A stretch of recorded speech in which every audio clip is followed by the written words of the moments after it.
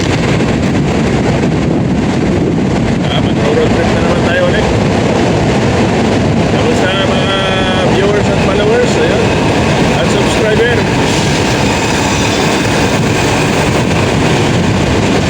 So sa mga oras na to ay andito pa rin tayo sa lansangan.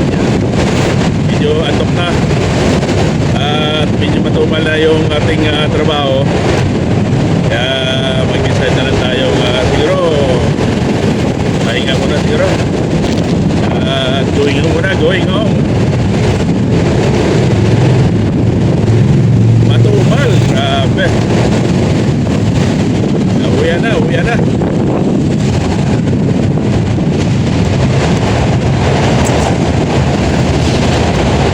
May kasabihan talaga na hindi araw-araw Pasko.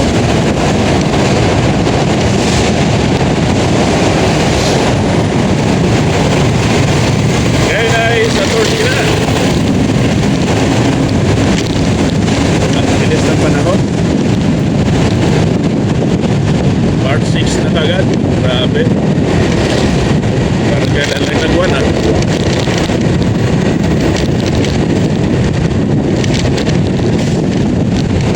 Pabor sa mga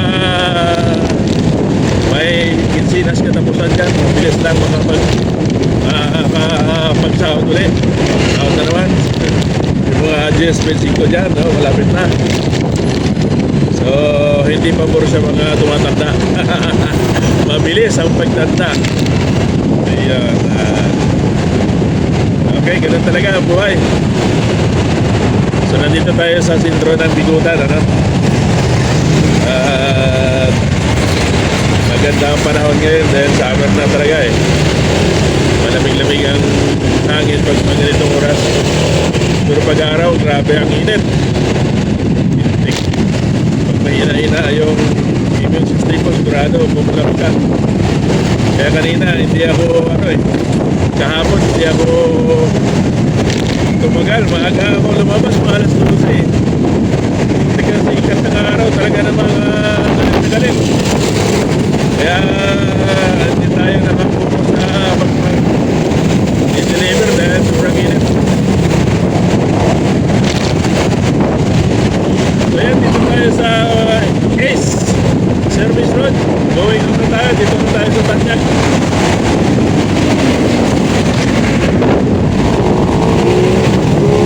Siyempre guys, hindi pa rin tayo nakakalimot at nagpapasalamat sa ating mga bagong subscriber. Maraming salamat po sa inyong lahat, mga subscriber ko dyan. Nagawin kayo dito sa aking munting bahay. Yan, ang dami nila. Shoutout po sa inyo lahat, hindi ko na kayo may isa.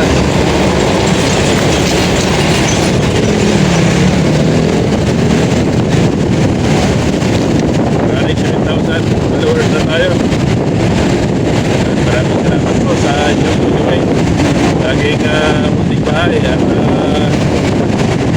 sana progress pa rin. Ongoing progressive pa rin yung ating Facebook account.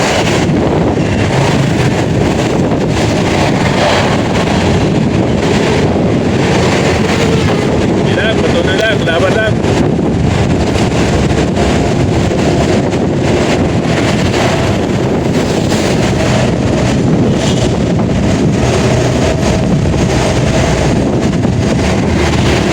Nakaramdam na ko ng antok kaya uwi na muna. Tulog-tulog muna.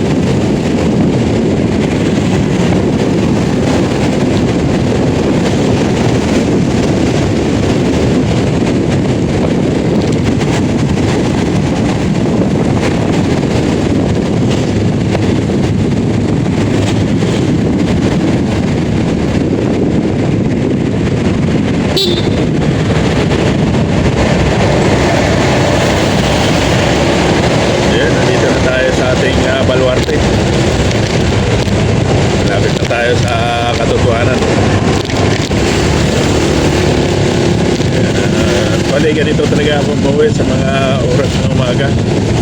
Kasi alas 12 pa ako lumalabas eh.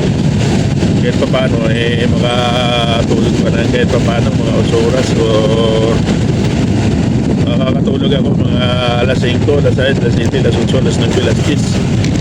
Alas 11 gising na ako niyan. Yan lang ang tulog ko araw-araw. Routine ng pagtulog ko sa araw-araw. At sa araw naman hirap na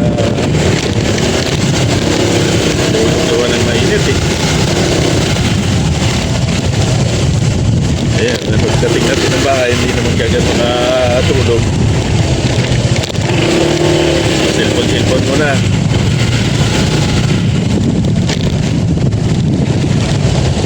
Kaya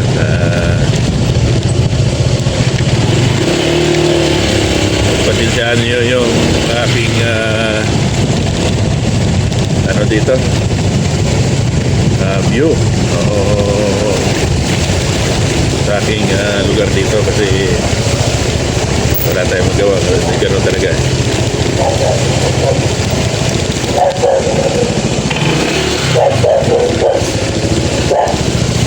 Dating dito, yan.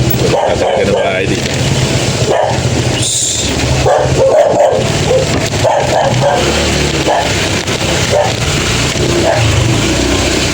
Kinita na rito sa amin kasi wala talaga ng bahay.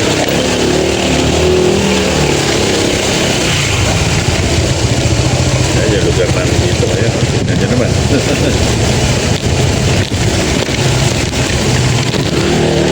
Sa squatter tayo nakatira eh, kaya ganito yung view natin.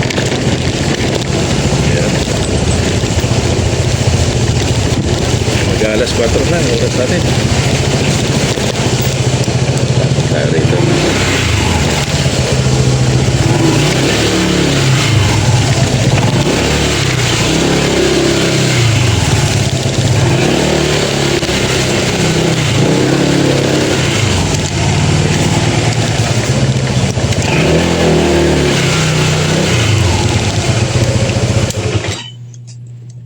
Parking na tayo rito. Ayan. Bye-bye.